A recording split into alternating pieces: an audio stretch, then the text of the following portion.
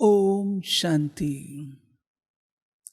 आज 14 मई 2025 बाप दादा के साकार रूप के चले हुए मधुर महावाक्य हैं।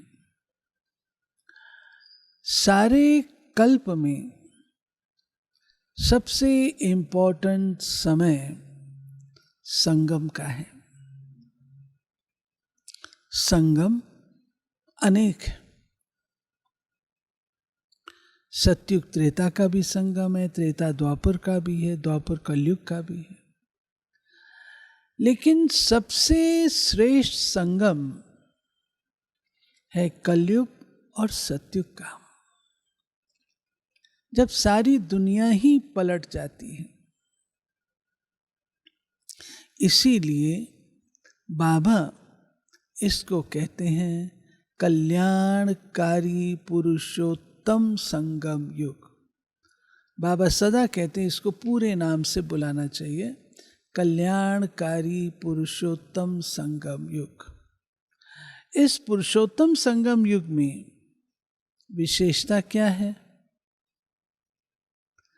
ये युग पुरुषार्थ का युग है, प्रारब्ध का युग नहीं है। इस युग में हम पढ़ते हैं प्रारब्ध हमें भविष्य में मिलती है। निसंदेह हम सेवा करते हैं तो प्राप्ति स्थूल रूप से भी होती है, सूक्ष्म रूप से भी होती है। स्थूल रूप से साधनों के द्वारा होती है, सूक्ष्म रूप से महिमा के द्वारा होती है। परंतु बाबा कहते हैं तुम्हें कुछ भी टच नहीं करना है। अगर यहां लोगे तो वहां का घट जाएगा। सोच लो क्या करना चाहेंगे। कुछ भी स्वीकार नहीं करें। इसके लिए एक शब्द का अभ्यास बाबा ने सिखाया है, जिससे मैंपन नहीं आएगा और पुरुषार्थ भी अच्छा करेंगे। वो शब्द है निमित्त। मैं निमित्त हूं। अगर ये ध्यान पर रहता है मैं निमित्त हूं, तो पुरुषार्थ भी अच्छा होगा और कभी भी अभिमान नहीं आएगा। सुनते हैं बाबा के आज के मधुर महावाक्य। मीठे बच्चे, अभी तुम संगम पर हो। तुम्हें पुरानी दुनिया से ताल्लुक छोड़ देना है, तोड़ देना है, क्योंकि ये पुरानी दुनिया अब खत्म होनी है। प्रश्न है, संगम की कौन सी विशेषता सारे कल्प से न्यारी है? संगम की विशेषता है पढ़ते यहां हो, प्रारब्ध भविष्य में पाते हो। सारे कल्प में ऐसी पढ़ाई नहीं पढ़ाई जाती जिसकी प्रारब्ध दूसरे जन्म में मिले। अभी तुम बच्चे मृत्यु लोक में पढ़ रहे हो अमर लोक के लिए, और कोई दूसरे जन्म के लिए पढ़ता नहीं। गीत बजा है, दूर देश का रहने वाला आया देश पर आए। ओम शांति। दूर देश का रहने वाला कौन? ये तो कोई भी जानते नहीं। हम तो जानते हैं ना। क्या उनको अपना देश नहीं है जो पराये देश में आए हैं? वो अपने देश में नहीं आते। ये रावण राज पराया देश है। क्या शिव बाबा अपने देश में नहीं आते? अच्छा, रावण का परदेश कौन सा है और देश कौन सा है? शिव बाबा का अपना देश कौन सा है, पराया देश कौन सा है? फिर बाप आते हैं पराए देश में, तो उनका देश कौन सा है? अपने देश की स्थापना करने आते हैं, लेकिन क्या वो अपने देश में खुद आते हैं? एक दो ने सुना, अच्छा, इस पर सब विचार सागर मंथन करना, ये बहुत समझने की बात है। रावण का पराया देश बताना बहुत सहज है। राम राज्य में कभी रावण आता नहीं। बाप को रावण के देश में आना पड़ता है, क्यों आना पड़ता है? क्योंकि रावण राज्य को चेंज करना होता है। ये है संगम युग। वो सतयुग में भी नहीं आते, कलयुग में भी नहीं आते, संगम युग पर आते हैं। तो ये राम का भी देश है, तो रावण का भी देश है। इस किनारे राम का, उस किनारे रावण का संगम है ना। अभी तुम बच्चे संगम पर हो, ना इस तरफ ना उस तरफ, अपने को संगम पर समझना चाहिए।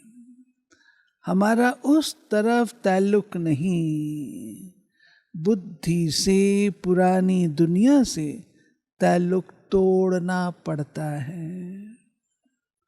रहते तो यहाँ ही हैं, परंतु बुद्धि से जानते हैं ये पुरानी दुनिया ही खत्म होनी है। आत्मा कहती अभी मैं संगम पर हूं। बाप आया हुआ है, उनको खिवैया कहते हैं। अभी हम जा रहे हैं। कैसे? योग से। योग के लिए भी ज्ञान है, ज्ञान के लिए भी ज्ञान है। योग के लिए समझाया जाता है अपने को आत्मा समझो, फिर बाप को याद करो, ये भी ज्ञान है। ज्ञान अर्थात समझाने। बाप मत देने आए हैं, कहते हैं अपने को आत्मा समझो। आत्मा ही 84 जन्म लेती है। बाप बच्चों को विस्तार से बैठ समझाते हैं। अभी ये रावण राज्य खत्म होना है। यहाँ है कर्म बंधन, वहाँ है कर्म संबंध। बंधन दुख का नाम है, संबंध सुख का नाम। अब कर्म बंधन को तोड़ना है। बुद्धि में है हम इस समय ब्राह्मण संबंध में हैं, फिर दैवी संबंध में जाएंगे। ब्राह्मण संबंध का ये एक ही जन्म है, फिर 8 और 12 जन्म दैवी संबंध में होंगे। यह ज्ञान बुद्धि में है, इसलिए कलयुगी चीची कर्म बंधन से जैसे ग्लानि करते हैं, इस दुनिया के कर्म बंधन में अभी रहना नहीं है। बुद्धि मिलती है, ये सब है आसुरी कर्म बंधन। हम भी गुप्त एक यात्रा पर हैं। ये बाप ने यात्रा सिखलाई है, फिर इस कर्म बंधन से न्यारे हो हम कर्मातीत हो जाएंगे। ये कर्म बंधन अब टूटना है। हम बाप को याद करते हैं, पवित्र बन, चक्र को समझ, चक्रवर्ती राजा बने। पढ़ रहे हैं, फिर उनका एम ऑब्जेक्ट भी प्रारब्ध भी चाहिए। अभी पढ़ रहे हैं, फिर बाबा कहते हैं किस लिए पढ़ रहे हैं, एम ऑब्जेक्ट चाहिए, प्राप्ति क्या होगी, वो प्रारब्ध चाहिए। तुम जानते हो हमको पढ़ाने वाला बेहद का बाप है। ये भी नशा है, हमको पढ़ाने वाला कोई मनुष्य नहीं है, हमें पढ़ाने वाला बेहद का बाप है। बेहद के बाप ने हमको 5000 वर्ष पहले पढ़ाया था। ये ड्रामा है, जिनको कल्प पहले पढ़ाया था उनको ही पढ़ाएंगे। किसको पढ़ाया था भाई, कल पहले किसको पढ़ाया था? अच्छा, आप लोगों को नहीं पढ़ाया था तो हाथ ऊपर नहीं करते हो। आते रहेंगे, वृद्धि को पाते रहेंगे। सब तो सतयुग में नहीं आएंगे, बाकी सब जाएंगे वापस घर। इस पार है नर्क, उस पार है स्वर्ग। उस पढ़ाई में तो समझते हम यहाँ पढ़ते हैं, फिर प्रारब्ध भी यहाँ पाएंगे। यहाँ हम पढ़ते हैं संगम युग पर, इनकी प्रारब्ध हमको नई दुनिया में मिलेगी। ये है नई बात। दुनिया में ऐसे कोई नहीं कहेंगे कि तुमको इसकी प्रारब्ध दूसरे जन्म में मिलेगी। इस जन्म में अगले जन्मों की प्रारब्ध पाना ये सिर्फ इस संगम युग पर ही होता है। बाप भी आते हैं संगम युग पर। तुम पढ़ते हो पुरुषोत्तम बनने के लिए। एक ही बार भगवान ज्ञान सागर आकर पढ़ाते हैं, नई दुनिया अमरपुरी के लिए। ये तो है कलयुग मृत्युलोक। हम पढ़ते हैं सतयुग के लिए, नरकवासी से स्वर्गवासी बनने के लिए। यह है पराया देश, वो है अपना देश। उस अपने देश में बाप को आने की दरकार नहीं। वो देश बच्चों के लिए ही है। वहाँ सतयुग में रावण का आना नहीं होता। रावण गुम हो जाता है, फिर आएंगे द्वापर में तो बाप भी गुम हो जाता है। सतयुग में कोई भी उनको जानते नहीं, तो याद भी क्यों करेंगे।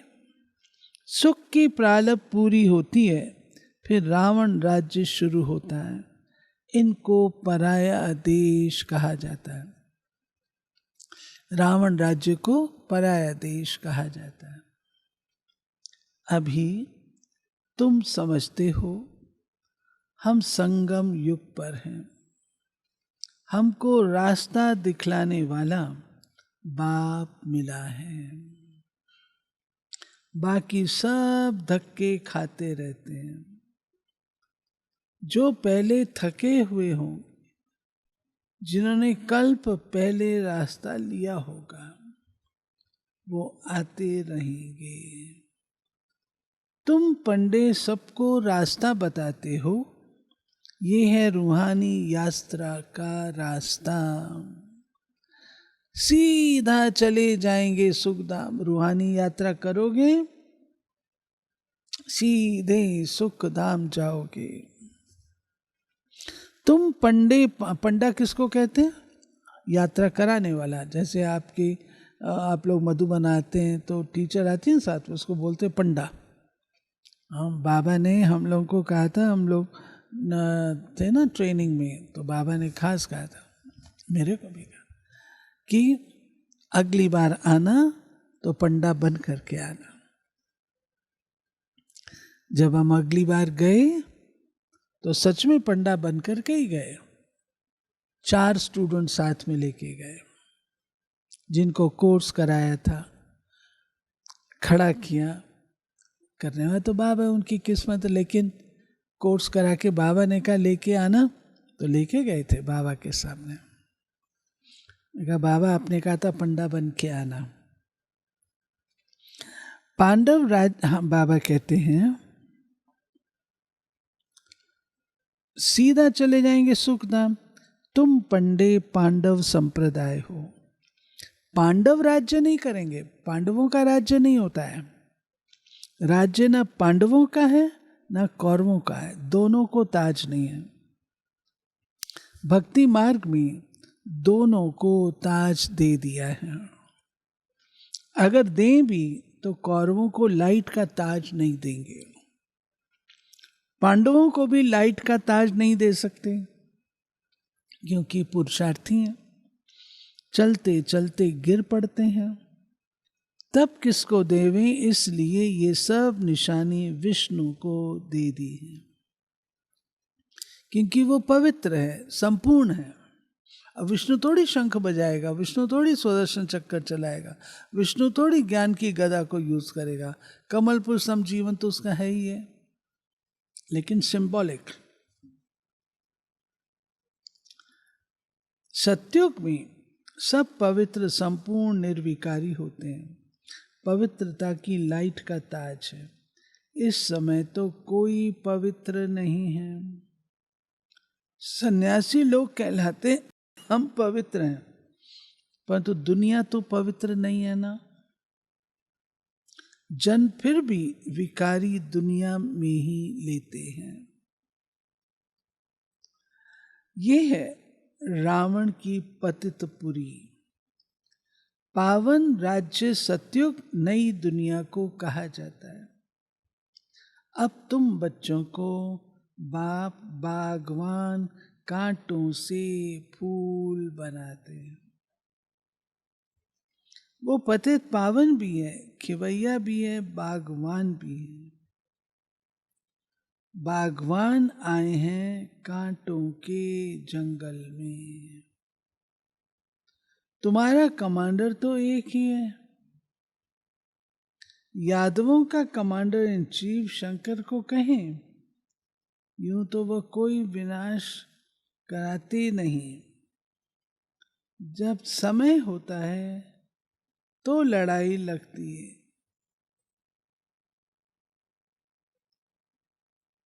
कहते हैं शंकर की प्रेरणा से मूसल आदि बनते हैं।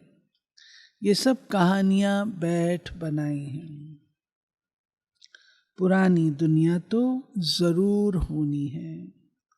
मकान पुराना होता है तो गिर पड़ता है, मनुष्य मर जाते हैं। ये भी पुरानी दुनिया खत्म होनी है। ये सब दबकर मर जाएंगे। कोई डूब मरेंगे, कोई शौक में मरेंगे। बॉम्ब आदि की जहरीली वायु भी मार डालेगी।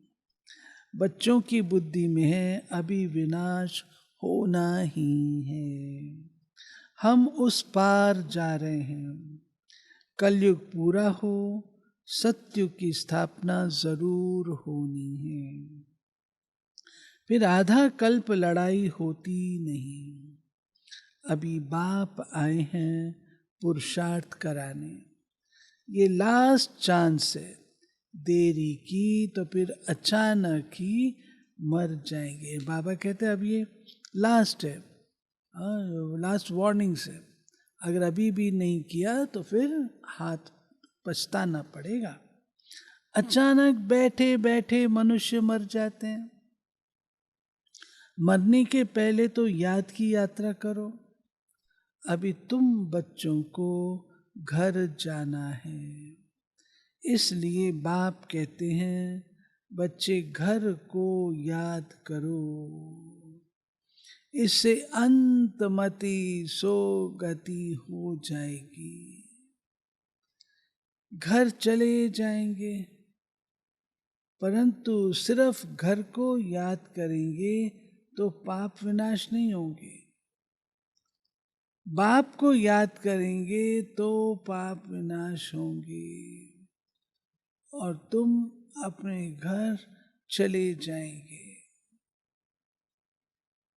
इसलिए बाप को याद करते रहो। अपना चार्ट रखो। तो मालूम पड़ेगा सारे दिन में हमने क्या किया। आप याद करते रहो, विनाश की ज्वाला कब भड़क पड़े कुछ पता नहीं। 5-6 वर्ष की आयु से लेकर अपनी लाइफ में क्या क्या किया वो भी याद रहता है। ऐसे भी नहीं सारा टाइम लिखना पड़ता है। ध्यान में रहता, बगीचे में बैठ बाबा को याद किया, दुकान पर कोई ग्राहक नहीं है, हम याद में बैठे रहें, अंदर में नोट रहेगा। अंदर लिखने चाहते हो फिर डायरी रखनी पड़े। मूल बात है ही ये, हम तमो प्रधान से सतो प्रधान कैसे बने, पवित्र दुनिया के मालिक कैसे बने, पतित से पावन कैसे बने। बाप आकर ये नॉलेज देते हैं। ज्ञान का सागर बाप है। तुम अभी कहते हो बाबा हम आपके हैं, सदैव आपके ही हैं, सिर्फ भूल कर दे अभिमानी हो गए हैं। अभी आपने बताया है, हम फिर देही अभिमानी बनते हैं। सतयुग में हम देही अभिमानी थे, खुशी से एक शरीर छोड़ दूसरा लेते थे। तो तुम बच्चों को ये सब धारणा कर फिर समझाने लायक बनना, तो बहुतों का कल्याण होगा। बाबा जानते हैं ड्रामा अनुसार, नंबरवार, पुरुषार्थ अनुसार सर्विसेबल बन रहे हैं। अच्छा, किसको झाड़ आदि नहीं समझा सकते हो, भला ये तो सहज है ना, किसको भी बोलो तुम अपने को आत्मा समझ बाप को याद करो, ये तो बिल्कुल सहज है।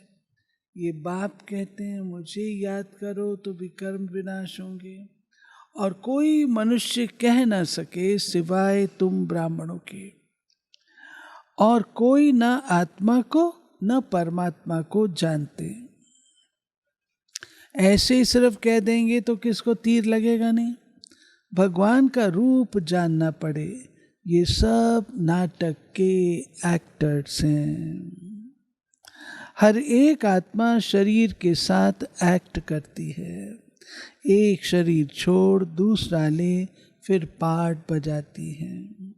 वो एक्टर्स कपड़े बदली कर भिन्न भिन्न पार्ट बजाते हैं, तुम फिर शरीर बदलते हो। वो कोई मेल व फीमेल की ड्रेस पहनेंगे अल्पकाल के लिए, या मेल का चोला लिया तो सारी आयु मेल ही रहेंगे। वो हद के ड्रामा, ये है बेहद का। पहली मुख्य बात है, बाप कहते मुझे याद करो। योग अक्षर भी काम में नहीं लाओ, क्योंकि योग तो अनेक प्रकार के सीखते हैं, वो सब है भक्ति मार्ग के। योग को मुझा दिया है, कई प्रकार से योग की इंटरप्रिटेशन करनी शुरू कर दी है। बाबा कहते हैं शिव बाबा इनमें आकर शिक्षा देंगे। बाप को याद करते करते तुम पावन बन जाएंगे, फिर पवित्र आत्मा उड़ेगी। लाइट हो जाती ना, हल्की होती। जितना जितना याद किया होगा, सर्विस की होगी, उतना वो ऊंच पद पाएंगे।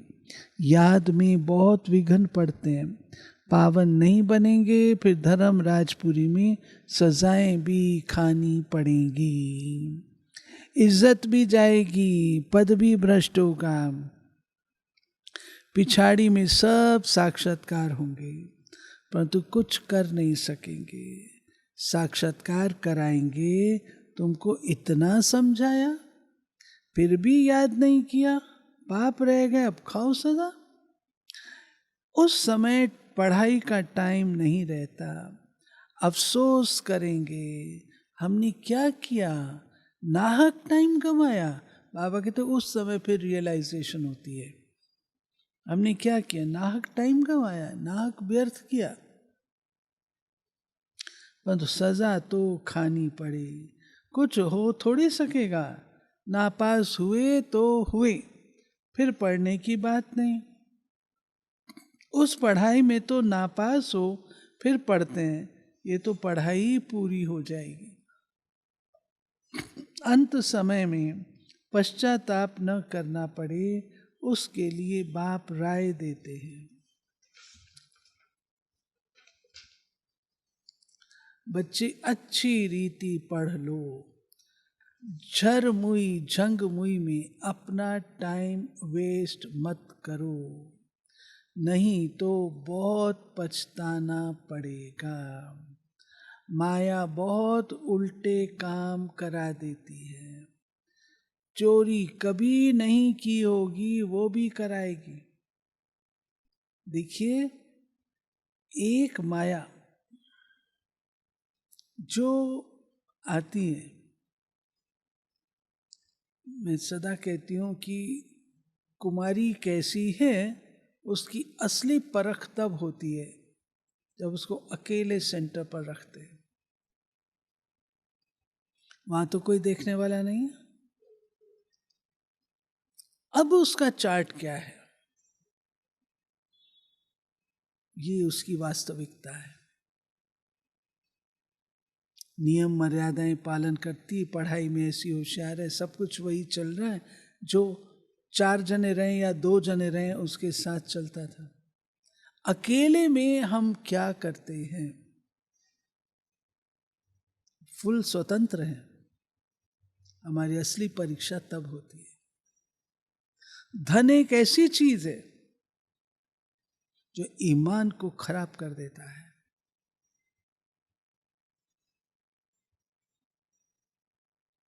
और धन में बचपन का दोहा याद आता है, पूत सपूत तो क्या धन संचय, पूत कपूत तो क्या धन संचय।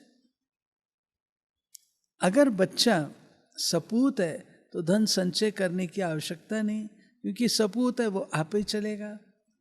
कपूत है तो करने की जरूरत नहीं, क्योंकि वो बिगाड़ देगा, वेस्ट करेगा।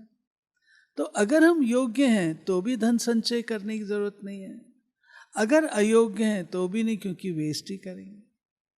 दोनों बातें हैं। इसलिए पूत सपूत तो क्या धन संचय, पूत कपूत तो क्या धन संचय। बाबा कहते हैं चोरी का कभी ख्याल नहीं आया होगा, वो भी आएगा। पीछे स्मृति आएगी, हमको तो माया ने धोखा दे दिया। पहले दिन में ख्याल आता है फलानी चीज उठाऊं, बुद्धि तो मिली है वो राइट है रॉन्ग है, ये चीज उठाऊं तो रॉन्ग होगा, नहीं उठाएंगे तो राइट होगा। अब क्या करना है, पवित्र रहना तो अच्छा है। संग में आकर लूज नहीं होना चाहिए। हम भाई बहन हैं, फिर नाम रूप में क्यों फंसे, देह अभिमान में नहीं आना है। परंतु माया बड़ी जबरदस्त है। माया रॉन्ग काम कराने के संकल्प लाती है। बाप कहते हैं तुमको रॉन्ग काम करना नहीं है। लड़ाई चलती है, फिर गिर पड़ते हैं, फिर राइट बुद्धि आती ही नहीं। हमको राइट काम करना है, अंधों की लाठी बनना है। अच्छे से अच्छा काम है ये। शरीर निर्वाह के लिए समय तो है, रात को नींद भी करनी है। आत्मा थक जाती है, सो जाती है, शरीर भी सो जाता है, तो शरीर निर्वाह के लिए, आराम करने के लिए टाइम तो है। बाकी समय मेरी सर्विस में लग जाओ। याद का चार्ट रखो, लिखते भी हैं, फिर चलते चलते फेल हो जाते हैं। बाप को याद ही नहीं करते, सर्विस नहीं करते, तो रॉन्ग काम होता रहता है। अच्छा, मीठे मीठे सिक्के लधे बच्चों प्रति माता पिता बाप दादा का याद प्यार और गुड मॉर्निंग। रूहानी बाप की रूहानी बच्चों को नमस्ते। हम रूहानी बच्चों की रूहानी बाप को नमस्ते। धारणा, झर मुई झंग मुई में अपना टाइम वेस्ट नहीं करना है।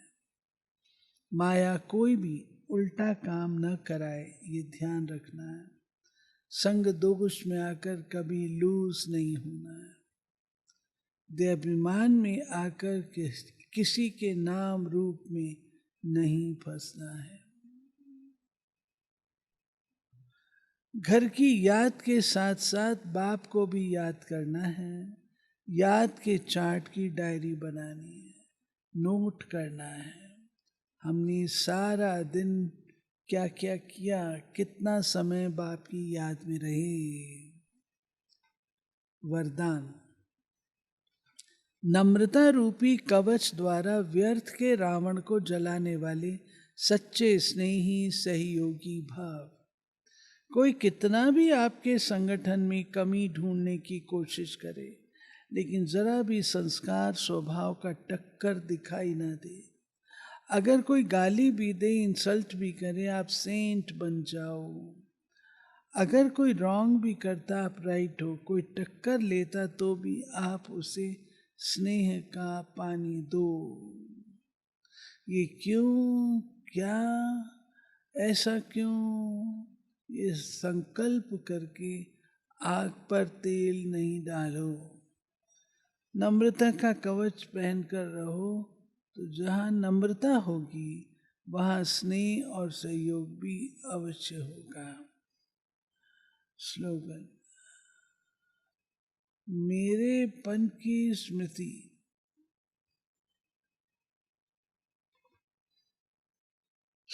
मेरेपन की अनेक हद की भावनाएं एक मेरे बाबा में समा दो। मेरेपन की, ये मेरा, ये मेरा, ये मेरेपन की अनेक हद की भावनाएं एक मेरे बाबा में समा दो।